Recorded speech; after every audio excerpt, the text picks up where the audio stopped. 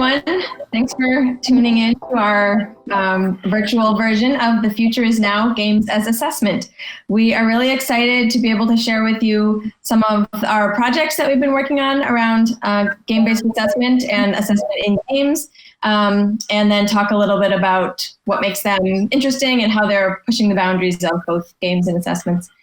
Before we start, we'll just introduce ourselves. So I'm Louisa Rosenheck, from the MIT Playful Journey Lab, where we focus on creative assessments and rethinking how assessment is done, both for technology-enriched environments and otherwise. And Scott? Yeah, I'm Scot Osterweil. I'm the creative director of the MIT Education Arcade, where for many years we've been developing games for learning and other educational technologies. And hey everyone, my name is Peter Stidwill. I'm executive producer at FableVision Studios based in Boston. We've had a 25-year-long history of working on many different types of educational media, and in particular focus on game-based learning. And hi everybody, I'm rounding out the group. I'm Dan White, CEO at Filament Games, and Filament Games is a game development studio that exclusively develops games for positive impact, and usually that is games for learning, basically developing mindsets, different skills, abilities, aptitudes, perspectives, things of that nature, anything that has some kind of positive impact on somebody's brain. Great, thanks. Okay, so we'd like to share a couple of core questions, and then we're each going to share some examples of game-based assessments, and then we'll have some discussion about how it's relevant to today and different types of learning. So one question that I think comes up a lot, both in the design and the use of game-based assessments, is what game mechanics and features make a game useful as an assessment tool? So we know a lot about learning games and what makes good games for learning, but what makes a game good as an assessment? Why should we use games as an assessment? So we'll be exploring that in our examples. And what evidence of learning can you collect from games that you don't get from other types of assessments? So why not just use conventional assessments?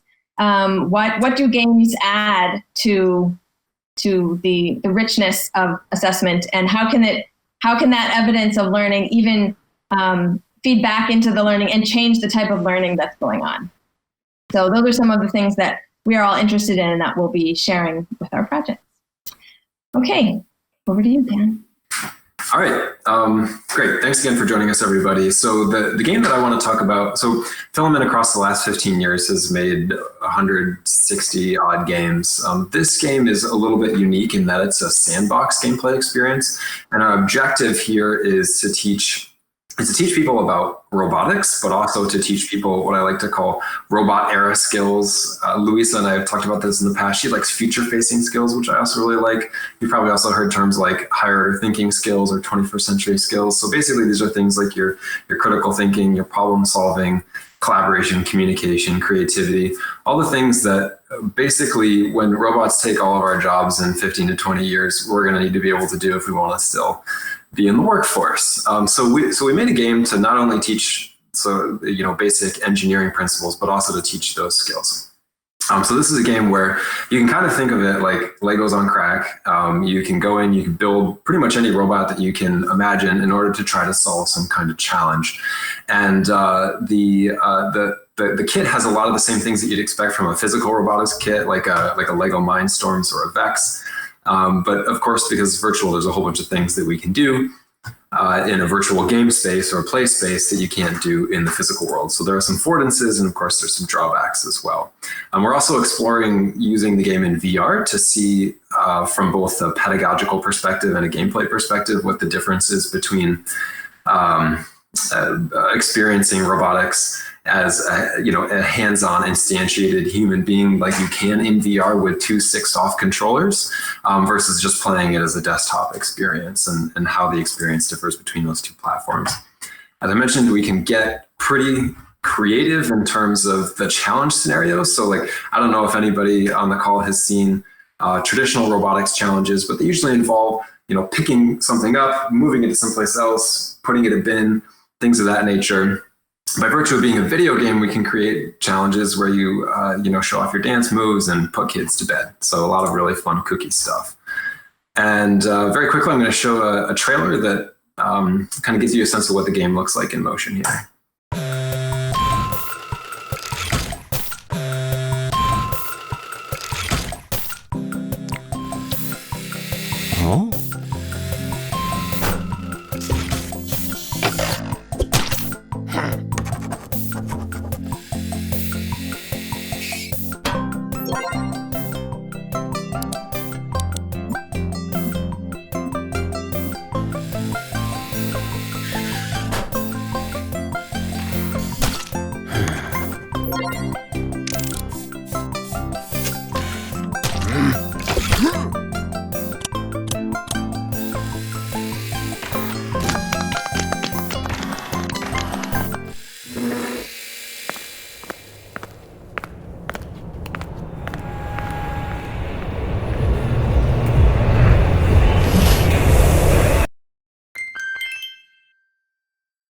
Yeah, so basically, robotics is kind of an emerging field, not emerging field, but rather within school, like an emerging discipline, kind of trailing behind coding as one of these new literacies that a lot of people are starting to pay attention to, and is gaining market share by virtue of the fact that people are thinking about what kinds of skills students need to start learning now and for the future as the workforce changes. And we sort of like to think of it as kind of like plug and play project-based learning, essentially. Like, what sorts of problem spaces can we create for students that will get them practicing these 21st century skills or robot era skills, and in addition, potentially drawing some data out of that experience to, apropos to the subject of today's conversation, assess the extent to which they're getting better at those skills. And a big part of the reason why we've also focused on this area is that at least in institutional education, we've had a lot of experience developing games for core subject areas, and both for teaching those core subject areas in formal learning environments, and then also assessing them. And a big part of the reason why we like robotics right now is that because it is outside of the core subject area, there's a lot less pressure from an assessment perspective. And when I'm now talking about sort of traditional high stakes type assessments. So as a result of that, there's a lot more permission to play. And that's also a big part of, I think, what we want to talk about today is the more traditional assessment regime versus the types of assessment that we can get out of games, and how those two things differ. So we're doing, as Roboco is being developed under a National Science Foundation Phase 2 grant. And as a result of that, we're doing an RCT where we're going to be looking at a couple different things about how it impacts the students from an efficacy perspective. The big ones are the students' understanding of robotics concepts, but then their affinity for robotics and STEM, their sense of self-efficacy, whether or not they would eventually be interested in going into a career in robotics or STEM, and things of that nature. So the assessment mechanisms we're going to be using in and out of the game are things like surveys where students self-report their own abilities related to these skills through both before and after the intervention, and then also teachers outside of the game providing ratings of students based on their own interactions and observations. To the extent that we build mechanisms in the game, we'll probably be trying to codify how students iterate on their robot designs and make them more elegant and better at solving the challenges, and try to see if we can pull some data out of that to make some claims about their ability to pick up those skills. Cool. That's what I want to say about that. I'll toss it over to Louisa. Okay, so I'm going to start by telling you a little bit about the Radix Endeavor.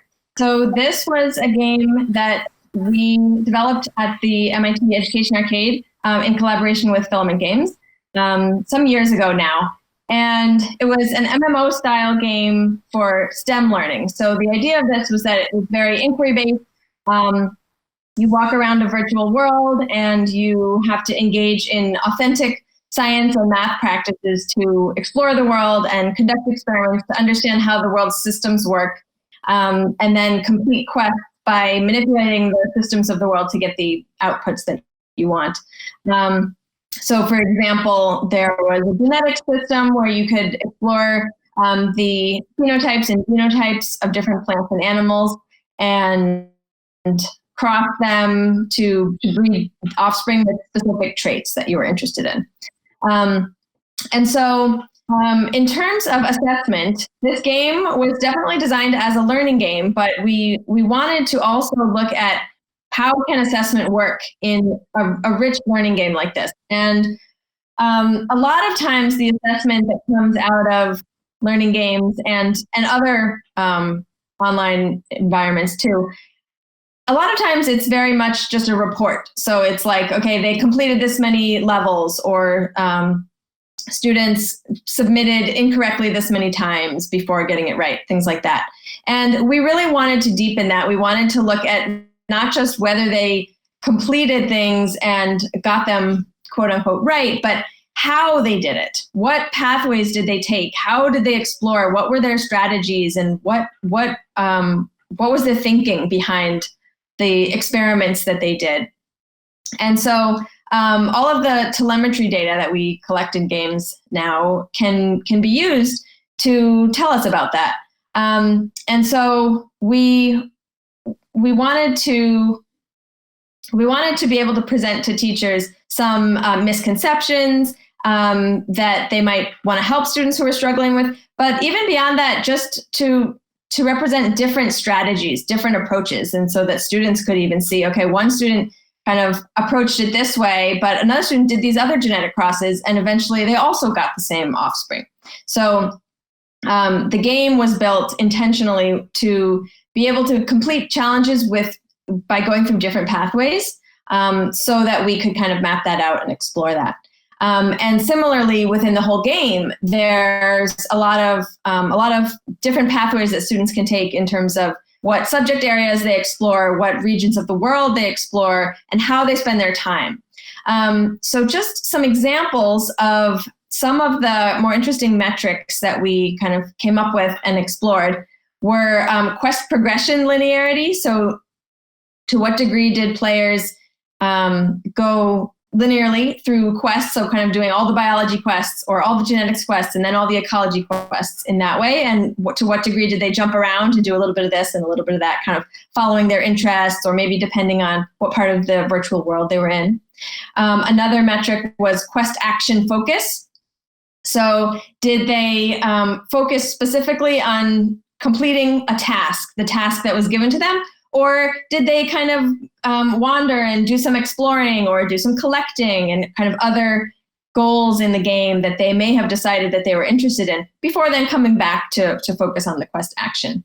So again, there's no one right way. We don't want to assume that because students are exhibiting a certain behavior that it shows that they're not understanding or that they're struggling. We just want to understand what is it that they're doing. And another example was the average time difference per quest. So some students might complete a quest in a short amount of time, and we think, okay, they probably understood it. Other students might complete a quest but take a longer time, but if we also know that they kind of explored the world and did other things, then that's not necessarily a bad thing. Maybe they're actually learning more about the environment and about how to conduct experiments and things like that. And those are things we really care about. So these are just some ideas of the kinds of things that we can kind of results that we can get from assessments in a game that are not assessment in the sense of, do they understand this concept? Have they mastered this standard? And did they get things right? But more information that we can give to the teacher and to players themselves to say, wow, look at all this great exploring you're doing, and look at this strategy that you used, reflecting on their learning, and then also offering them some other ways to go about it. Did you know there are these other strategies that you could use? Or did you know there's this other content that you haven't explored but you might be interested in? So it's kind of, I like to think of it as a more expansive way of thinking about assessment. It's not just what do you know, but it's, how are you thinking about this? And then more recently in the Playful Journey Lab, we've been working on a geometry game-based assessment called ShadowSpect. So in this game, you're given a set of silhouettes, and you have to create shapes, 3D shapes, and put them onto the board and rotate them and move them around to create one construct, one set of shapes that from different angles will match these 3 different silhouettes. And some of the tools you have are you can change your view angle of the set of shapes, and you can take a snapshot to see what does the silhouette look like from that angle. And then you can submit to see if you have a set of shapes that matches all three angles. And what this game-based assessment set out to measure is 3D geometry. So there are some Common Core standards that are aligned with this. But I think even more importantly is spatial reasoning. So, things like mental rotation, and can you understand the properties of a shape and how they are similar to other shapes and different in other ways? And then beyond those things, also persistence and creativity, which could be applied to lots of different learning environments. And we wanted to see what do those things mean in the context of this playful learning experience. So the ShadowSpect game was designed intentionally as an assessment, and I think a lot of the other learning games that we are sharing today were designed as a learning game, and we wanted to build in assessment. This one was purposely designed as an assessment. And there's always a little bit of a tension of like, okay, are we designing this to teach? Are we designing this for students to learn or to measure what they know? And I think that tension is always going to be there because you do have to prioritize, what features you're building and how some of the mechanics work and what they show. And some things might be better for more exploratory learning, but then wouldn't be able to capture data that would tell us about student thinking. But ultimately, I think that the learning experience and the assessment experience should be very much intertwined. Not even two sides of the same coin. It really should be the same thing. So sometimes when people ask, well, but aren't they this is an assessment, but aren't they going to learn by doing the assessment? And won't that then bias the assessment results? Well, I usually say, yes, they should learn from doing it. If our intention is for them to learn and they learn through something that we're giving them, that's great. And I think if the assessment metrics are relevant and authentic, then it'll be able to capture that and then reflect that back to the student. Because what I think is really valuable about games for assessment is not games and assessments as for accountability or some kind of high stakes or summative assessment. It's much more formative. It's much more giving teachers and learners information about how they're doing and what they could do to deepen their learning. So both learning and assessing should be happening while you're playing a game. And the work that we've been doing most recently on ShadowSpect is still in very early stages, but it's about exploring kind of an alternative data dashboard. So some of the metrics that I talked about in the Radix game, we're looking at similar kinds of things for ShadowSpect. So going beyond how many puzzles did they complete and how many times did they get it right. But to really look at kind of, for example, sequences and patterns in what they're doing. Are they creating a lot of shapes and then taking a snapshot or submitting and testing it out and then revising and creating more shapes or moving them around and then testing again? Or are they simply kind of taking a long time, not doing much? They might be thinking and then create a lot of shapes and move them around and then submit and it's correct. So you can see there are multiple different kind of pathways and different approaches. And if we're only looking at whether students got it correct and even looking at how long it took them, we're going to miss so much of that rich process data. And it's not an easy question of how do we visualize that process data? How do we convey that to teachers and to students themselves in a meaningful way? Why do they care? How can we tell them about why they should care? And how do they use that to talk to students about their strategies and their learning? So we are in early stages of co-designing with teachers and kind of brainstorming about different metrics that might be interesting and ways to make a data dashboard more interactive and playful to sort of match the game experience so that teachers can explore data and answer their own questions about how students are using the game and what they're learning from the game and what differences there are within a class or within a school. So stay tuned next year for more information about how this work has come out. But we're excited to be able to think deeply about what learning looks like in a game and what the process looks like, and to also hopefully be able to communicate that to teachers in rich and playful ways. All right. Hey guys, I'm going to be taking you on a tour of Planet Peachy Keen here at the top left, which is home to Keenville. And Keenville is Georgia State Department of Education's statewide game-based assessment for math and literacy in grades 1 and 2. And FableVision Studios was the developer of the game for the Department of Education, and we also worked in collaboration with the Georgia Center for Assessment and Georgia educators, and actually Scot, who's on our panel here today, was also one of our game designers as part of this project. And the game consists of an exploratory world, 30 mini games, an avatar creator, and assessments integrated for literacy and math in grades 1 and 2. And the game's data dashboard gives teachers the insights that they need to know about how their students are performing and allows them to respond in real time during the course of the school year. And the Georgia Department of Education really put themselves on the map by commissioning this approach to formative assessment with the goal of building early literacy and numeracy skills critical for students to fulfill their potential later in life. And the idea was to avoid usual traditional high-stakes tests that are not developmentally appropriate at this age. I'm going to show a quick video clip that explains the game from the teacher and student perspective.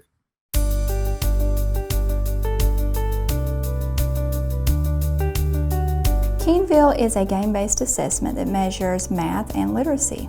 We've needed an assessment for first and second grade for several years, and this is a great way for us to assess our students without them knowing that they're being assessed. When I first logged on, I didn't expect it to be so much of like a ton of games. I expected it just to be like probably like 1 or 2 or 3 games. I saw there was like 10, like a lot of games about different subjects. And I noticed with my kids, they were very engaged. It was immediate. Because we live in a technology world and this is what they're really used to. When they're going in there, they're not having to think a whole lot about, what to press. It's user-friendly for them. It was a fun game, and it was hard at the beginning. When I got something wrong, they would like get sad and their head would droop, but if I got something correct, they would jump up in the air. It's a fun game to learn about new things like math. It's very important to have that real-time data for a teacher because we need it. It was aligned perfectly to Georgia's standards, the standards that we're teaching every day. So we'll be able to take the data that we're gaining and use it to drive instruction throughout the school year. It won't be just at the end of the school year. We need to know this week what we need to teach next week.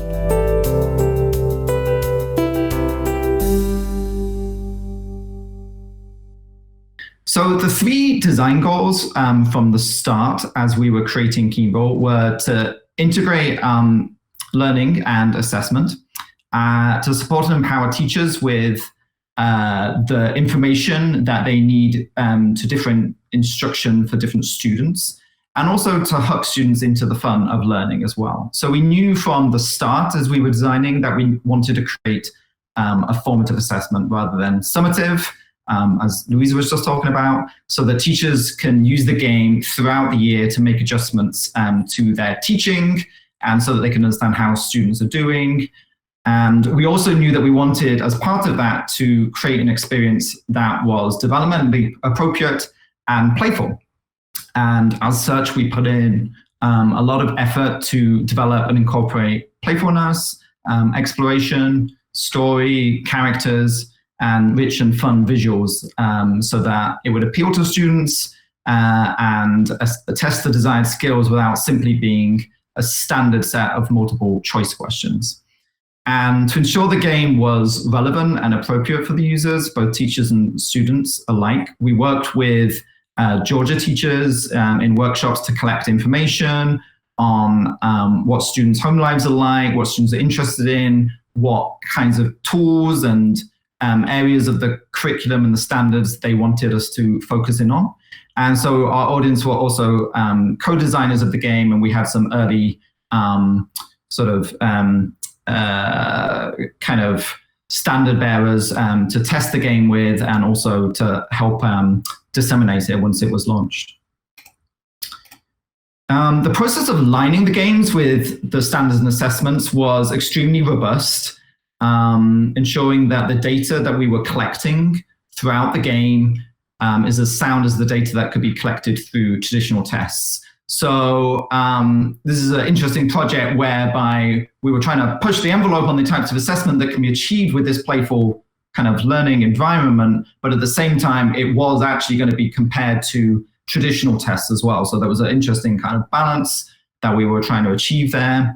And this screenshot, I think, shows one of the mini games where we pushed on that usual model of multiple choice assessment questions, and we gave a choice to the players of several different tools to solve a given problem in open-ended ways. So in this case, this is an addition question that's wrapped into a treasure story where players can choose between using counters and the number line and the hundreds chart in order to show their solution. And there's some ways that it's actually quite open-ended, and there's different ways that that's reported back to the teacher.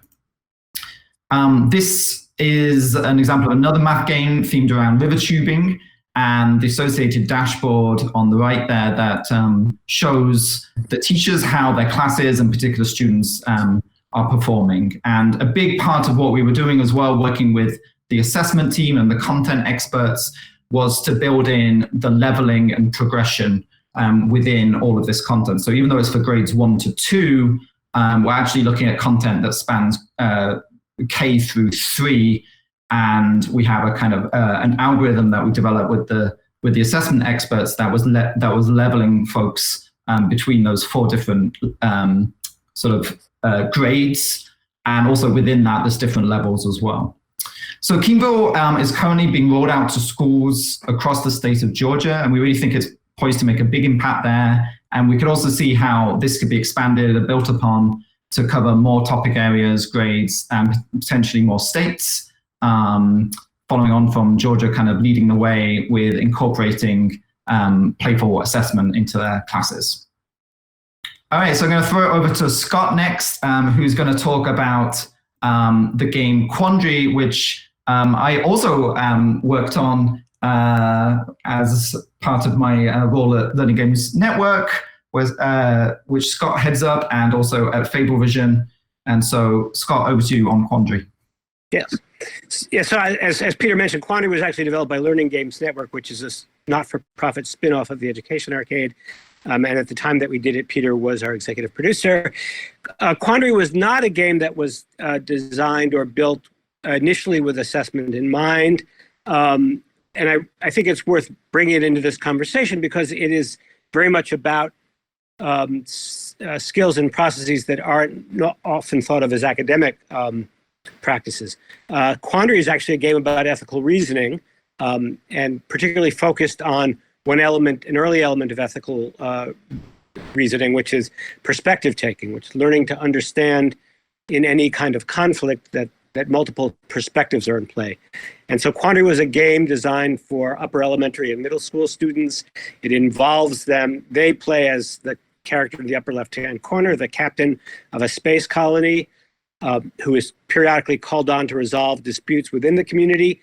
And the resolution of those disputes involves actually polling the community for their opinions and their solutions, and possibly any facts that they may know that are relevant to the dispute. The very first thing that the game requires you to do is sort fact from opinion. And then once you're sort of picking some solutions to pursue as potential solutions, you do some additional polling of the community to find out their perspectives. The critical thing about Quandary is that there is no right answer, no specific right answer to any of these quandaries.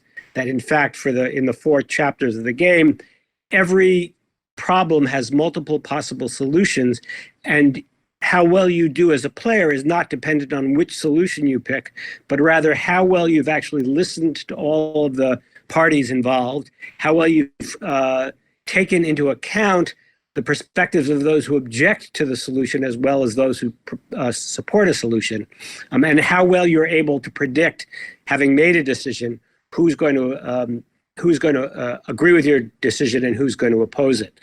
So what it really means is that the game is assessing on an ongoing basis the way you've come to understand different people's perspectives, and your success in the game will be based on how well you've incorporated those different perspectives.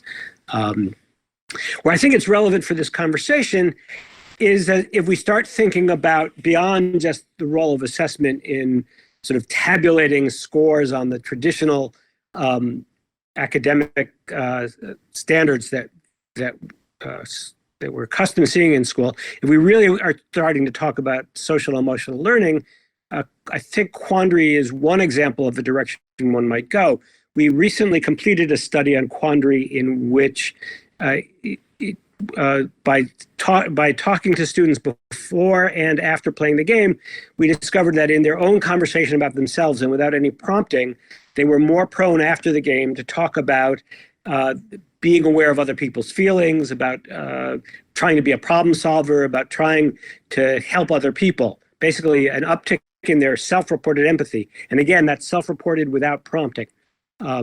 So it seems to me that lends to an interesting model that we might pursue going forward of developing not just the game itself, but the classroom surround, but the kinds of activities that you might build into a classroom in which after playing with the game, students get involved in conversations with teachers and with other students about the issues in the game. And I think in that, giving the teachers sort of rubrics for recognizing the ways in which kids demonstrate their heightened sort of awareness of other perspectives and of sort of the role of ethics. And so it's not something where we imagine giving kids a score from 1 to 100, but rather really a kind of formative assessment that would help a teacher understand on an ongoing basis the way in which kids' social and emotional learning is being sharpened by an activity like this. So that's it in a nutshell. I think we, at this point, can sort of turn to the second part of our conversation, which is sort of a chat between the four of us about these topics.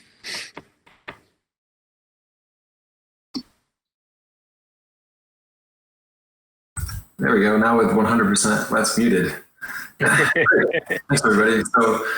So we saw a whole bunch of different games that assess different types of things in different ways. One of the big takeaways anytime I think about or talk about assessment in games is that one of the things that makes games unique compared to any other traditional form of assessment, whether it's multiple choice or constructed response or essays that are graded by real human beings with brains, is that all of those things involve asking somebody questions after they did the thing, some kind of post-mortem scenario, if you will, whereas games have you do a thing, and then the thing that you do creates a data stream, and then that data stream may or may not be useful, right, depending on what the data is and how you interpret it. So I think for this next stage of our conversation, we want to talk about that data stream and how to make sense of it, and then like what kinds of assessment data do we care about, particularly now in the midst of a pandemic,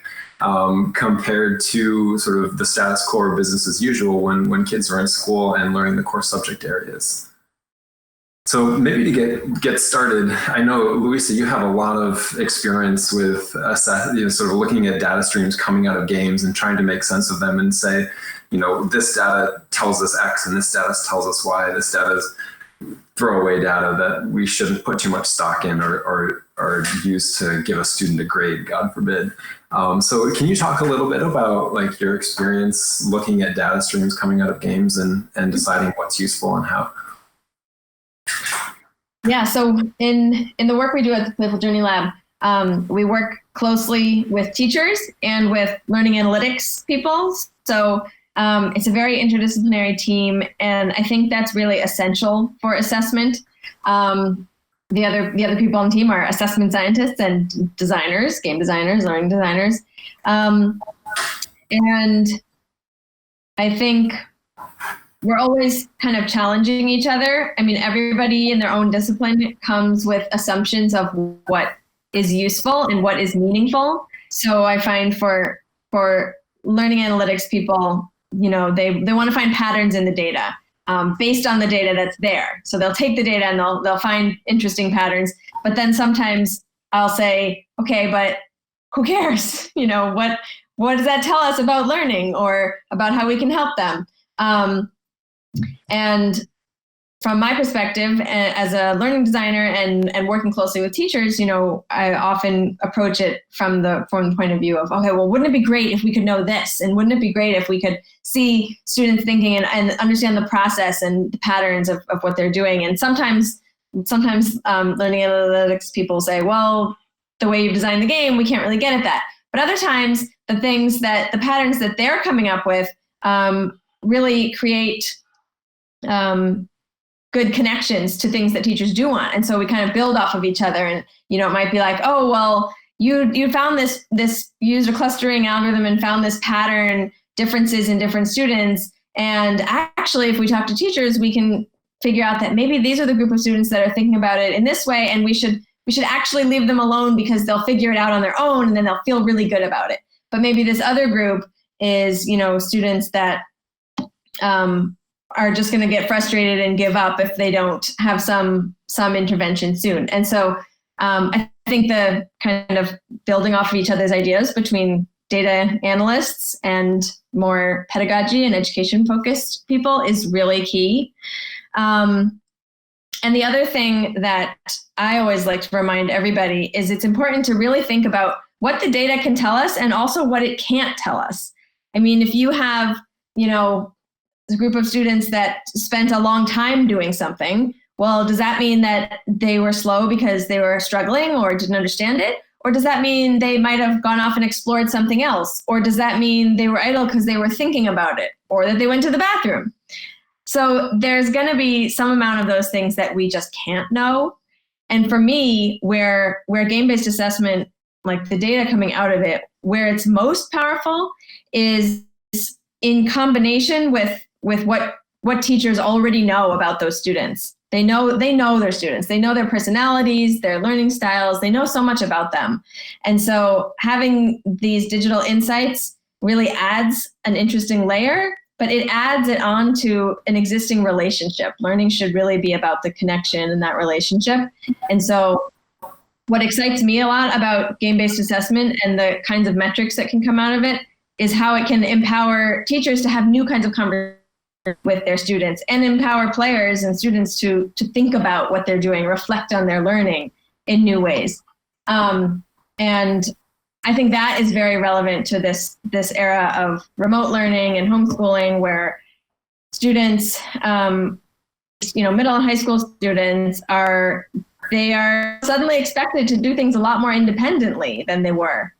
And so this kind of giving them tools to reflect on their learning and think about how far they've come and where they might need to go, I think it's clear that it's very important, and we're going to need more of that even after the pandemic is over. Yeah, I'd like to amplify that point because I think there's research that shows in general when people have kind of interesting sort of thought-provoking experiences like they have in gameplay, the learning really only sort of sticks through the post-processing, through the conversations that happen afterward, through the reflection, either alone, preferably with someone else, a teacher or a fellow player. And so if we were just to look at the game as an assessment of how did the kid do in the game, that's the measure. I think we're missing that opportunity that Louisa alluded to, which is it's really the conversation afterward that's so meaningful. And if the game gives the teacher the tool for that conversation, so much the better. I mean, if the game gives the teacher the prompt to say, it's really interesting that you did this in the game, what was going on at that time? That's the moment when the kid articulates what was going on at that time, is really the moment which they're likely to firm up the understanding that they appear to have acquired during the game. I think that also, I completely agree with what all of you guys are saying. And I think in all of the games that we create, we also try and create material around those games, and whether that's sort of professional development material. I know, for instance, for Keenville, there's a big push by the Department of Education in Georgia to make sure that they're explaining how this can be used effectively. So it's not just sit back, look at the results. There are a lot of like standards-based results that come out of that, but all of the advice around it is to then go back to the player, to the student, and to talk and get that reflection going, just as you're describing. And then I think the other piece that I would just totally underscore, which is a process thing, is the need to get all of the different experts and views together. And one of the things that we did find as we were doing this work on Keenville is that there's different vocabularies that people have. So it took some time to make sure that we were all understanding what we meant, even by sort of simple things like assessment items or content. Like content is completely different from one person, from one sort of field to another. So I think that was another important bit, but also again, to underscore what you were saying, Louisa, like some super interesting new ideas came out of that, and from talking to teachers and bringing them into contact with them, with the assessment experts and the game designers as part of that. So I think that's where there's a real opportunity as well. So I want to come back to using games as assessment now during a pandemic versus during normal times. But before we do that, I'm curious to know, Peter, so with Quandary and Roboco, we're looking at things like socio-emotional skills and critical thinking and things of that nature. So it's hard to get an apples to apples comparison to more traditional assessments, because we don't really typically assess those things in schools. But with Keenville, you created a game that does assess things that are assessed in other more traditional ways. So far, what has your, and I guess maybe more importantly, George's impressions been about the sort of advantages or disadvantages of using this type of game-based assessment over how they used to do it? Well, I know that anecdotally, it's been received really positively, and I also know at this time, during kind of folks schooling at home, that there's been an uptick as well in the usage as we kind of look at this. So it'd be interesting to kind of track that. And simultaneously, and it's still going on at the moment, there is research that's looking into how it's comparing with the traditional test. Actually, at the start of the project, one phase was to do what's called a linking study, where we were linking what was going on in the game against traditional kind of tests, because there had to be this kind of standard that we were meeting in order for this to be rolled out to the state. But then, as I say, on top of that, we've built in some additional kind of reporting back to teachers and exploratory play and assessment within the games. And that it's still early days, and obviously all of us are working on this stuff. We've had some it's been interesting to see how to display some of that data back to teachers and back to the kids as well. But there's still a lot more to do in that area, I think. And if we get sort of future work in this area, we'd like to amp up and ramp up on that piece significantly more. So Scott, now that school as we know it is stopped temporarily, we sort of have this opportunity to reimagine potentially what the future of school looks like. Potentially to try different things while students are remote, and potentially even have some of those things continue or persist once students go back to school. So during this pause for you, as you think about games and assessment, what do you feel like is worth teaching and learning and assessing now versus under normal circumstances? And what of those things would you like to see continue after students resume business as usual? Sure. I mean, I think one of the things that a lot of us who've gotten this space probably have always believed is that two things that go hand in hand. One is that children learn best through play, not just children, adults too. And two, that school as currently constituted tends to actually militate against that, tends to be sort of anti-playful. I have a feeling when reading the commentary that's out and abroad on all the various channels, that parents are really struggling with their kids. And I think getting a better sense of just how deadening in some ways as parents try to deliver standard curriculum to their kids, I think they're getting a better sense of just how deadening it is and how challenging. I hope they're also getting a better appreciation of the talent that teachers have in doing what they do. But at the same time, I think parents are beginning to see that standard curriculum isn't all it's cracked up to be, and that in fact there's more richness in their kids' lives than just what happens. There's a reason the kid wants to turn off the school classroom and turn on the computer game, and it's not laziness. It's actually creativity and playfulness. And so I don't think it's a slam dunk that we'll be able to convince everybody, but I think it's a great opportunity to be trying to banging the drum for more creative, playful learning in general. Just as parents are brought back in mind of just how, as I say, how deadening traditional schooling is. I was struck by the fact that that the debate within the state of Massachusetts, for one example, went on for a long time about whether we still do the standardized tests, even though school had been canceled had been closed in early March. And it says something to me about just how wedded the system, the traditional system is to these standard measurements. It goes back to the old saying that we value what we measure rather than measure what we value. I'm just hoping that maybe this break in that routine might lead to some kind of constructive change. Yeah, and I think what Scott's talking about learning that is less of the conventional content knowledge and more playful and project-based and student-centered and creative and all those things.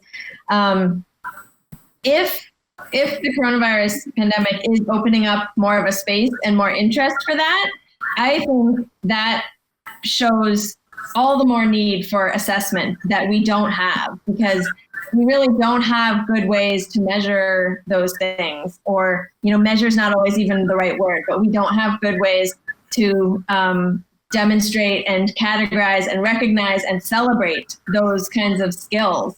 And so nobody is equipped to say, oh, hey, there's good learning going on here, because there's a lot of it happening in pockets, but there really aren't shared understandings of what these constructs are. What are we looking for? What does it mean for a student to do inquiry in a game that is very open-ended, and to set their own goals in a game or in a project?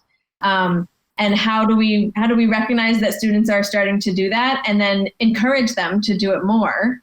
And I think some of that for digital experiences, that some of that can come through data analysis and dashboards and game-based assessment. But also we need to take some of those similar ideas and apply them to just, non-digital learning and creative learning. And, teachers may be noticing those kinds of things to varying degrees, depending on how much importance the teacher puts on these kinds of human skills, future-ready skills, 21st century skills. But another thing that I'm noticing a lot is of course, parents at home trying to facilitate this learning, they're not equipped to recognize those kinds of things, because they didn't learn this way in school, and their children's schools have not been telling them that that's important. So I think the need for assessment and recognition of all these kinds of skills is huge, and I hope more and more people recognize it, given the difficulty that we're all having with translating conventional learning to online learning. Yeah, there's a great book by a guy named Alan Collins. It's called What is Worth Teaching, or What's Worth Teaching: Rethinking Curriculum in the Age of Technology. It's not brand new, but it's certainly contemporary. And it's interesting to me that right now, a lot of, well, I guess every parent really, kind of for the first time maybe ever, is asking themselves this question: what is worth teaching now that I am the curriculum, I'm the principal, I'm the teacher, like I'm everybody. And it'll be interesting to see if on the other side of that, because games and TV and other media are, I think for a lot of parents, a go-to, sort of like a savior during this period, it'll be interesting to see if parents start seeing some of the positive value that is inherent both in games that are explicitly designed for educational purposes and games that are not, that are designed purely for entertainment. And then whether or not there needs to be a bridge built between that recognition of that potential latent or explicit value from games to some sort of pedagogical outcome, which of course societally and in particular in schools we're obsessed with, right? Like if you can't measure it, it doesn't matter. If you can't put a grade on it or a score on it, it's not valid. And if there will be increased interest in being able to understand what's happening in games, not even necessarily for the purposes of assessment so much or a grade as for the purposes of just understanding what learning is already happening in those rich environments, again, whether they're explicitly meant for educational purposes or not. There was an interesting experiment done by the Gates Foundation, MacArthur, and a couple other funders via the Glass Lab, which I know everybody on this call is familiar with. And one of the things they tried to do is build assessment mechanisms into commercial off-the-shelf games like SimCity, for example. And I just think that's no longer, they're no longer doing that, which I think is a shame, because I think that's such an important question to just try to like have more people sort of banging their head against this question of like, how do we get useful information about what kinds of cognitive activities are going on when students play, when anybody plays a game, given just how rich and deep a lot of these experiences are. You know, at some level, it's not a new problem. If you think about it, for generations, kids have read great works of literature, and we all assume that some kind of rich, emotional, intellectual stuff is happening when you read great literature. And yet then we test kids on, facts, or we have them write two-paragraph essays or book reports, and we really reduce that whole experience. So I think it's long been a problem. I think that it's an interesting moment now where we may actually be able to use the very tool that they're engaged with to reflect back at them. Whether you read a novel, the novel doesn't speak back to you. The novel speaks to you, but it's sort of a one-way conversation. With the game, it's a two-way conversation, so it might be an interesting way to finally get at some of that. So. Mm-hmm. Indeed. Yeah, and I'm interested in everybody's thoughts as well on this question of this line between teaching and assessment. I mean, in a typical school, like formal modality, you're doing the learning, and then at a separate, distinct time, you're doing the assessment, and those things are very clearly demarcated to the student. Whereas with games, they can both happen at the same time. And indeed, Louisa, with the last project that you mentioned, you explicitly set out for it to be an assessment game, but of course, learning is happening while the students are being assessed. And I know with both Learning Games Network and Filament and FableVision, every game that we've ever made ends up inadvertently being both at the same time. And maybe we put our thumb on the scale in one direction or another, depending on what the objectives of the project are. But I'm curious about from everyone on the panel's perspective, what is there value to keeping these two things distinct, or is it inevitable that via games or any other assessment medium that they're eventually going to become indistinguishable? I would just start off by saying, whenever I think about this, I think about, I think it's Jim G's quote about assessment, and he says, that if you want to find out whether someone is good at Grand Theft Auto, you don't sort of give them a test afterwards to determine whether they're good at it. You just look at the fact that they completed the game, or whatever progress they made in the game, and then that was kind of that does it for you. So I think ideally, and I think we were talking about this earlier a little bit, that the distinction is reduced. But I think, the reality of the situation is that it's not kind of quite there yet in all cases. And there's still, I think there's some one thing we tried to do with Keenvo is to make it really low stakes, because and you know, there was a lot of discussion about whether we're telling kids that this is an assessment or not, and because, you know, the question is, do they sort of behave differently and not take the risks that we want them to take? So in some ways it is sort of stealth assessment, but I mean, I guess the ideal situation is that people just play and don't worry about that sort of assessment piece. But I think there's always a risk, which, you know, we're trying to manage with all of our materials that we create around this, that that you kind of turn it into slightly more of a high stakes situation than what you that you want it to kind of be played as. Yeah, I think assessment and learning should be very tightly intertwined. But there are sometimes things that are better for learning, like you want to stay in the flow and just keep going, and other things that are better for assessment and reflection, where you want to capture a certain kind of thinking, or you want to stop and reflect on it, which sometimes does feel like interrupting the flow.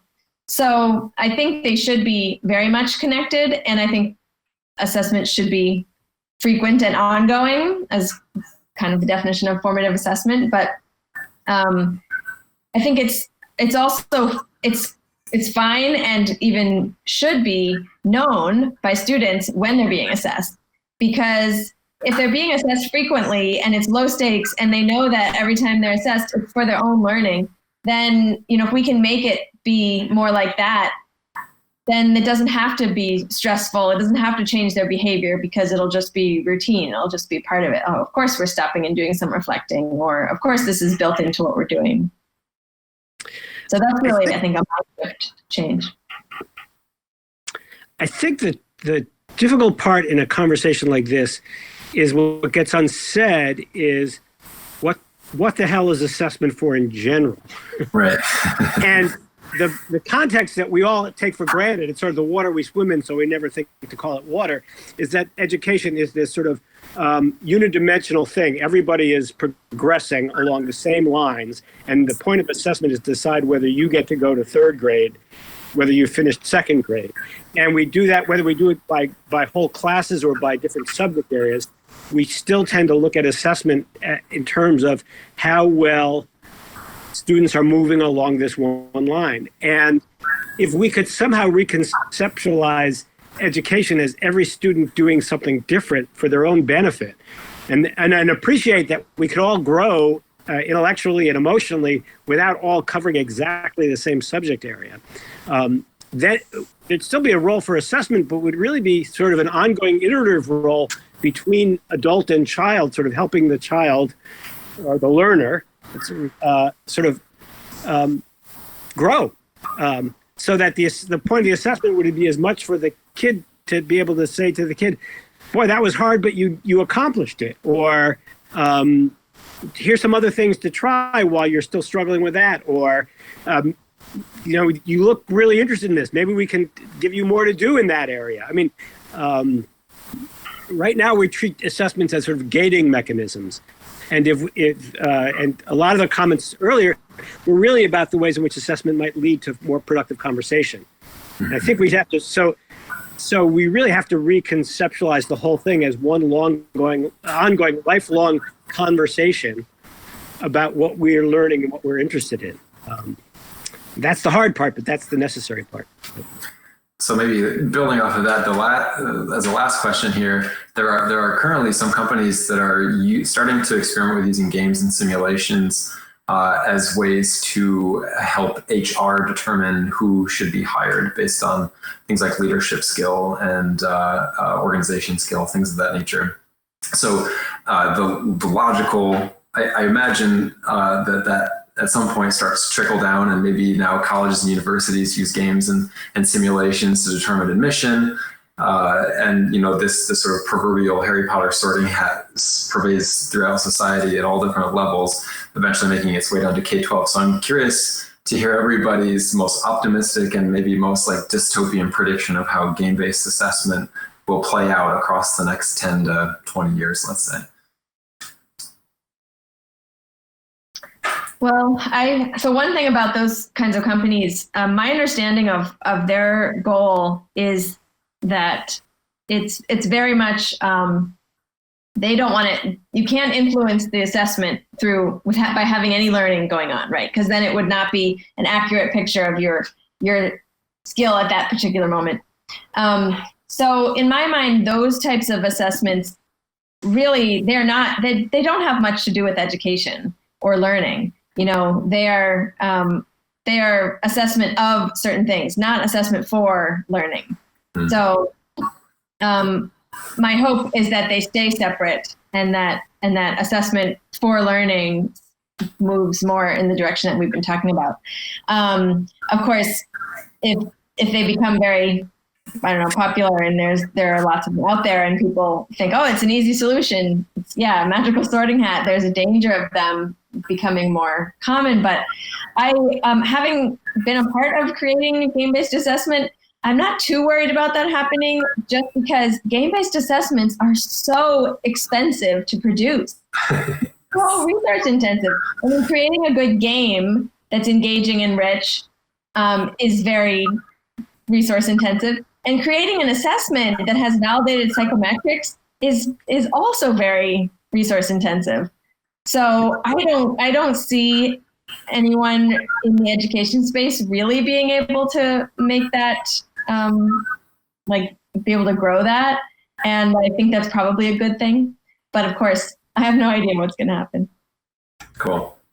I would just say that on the pessimistic side, I guess you only have to look at Black Mirror or more recently the latest episodes of Westworld to see what might happen where the control is taken away for various reasons. So I think kind of being transparent about what we're doing and that's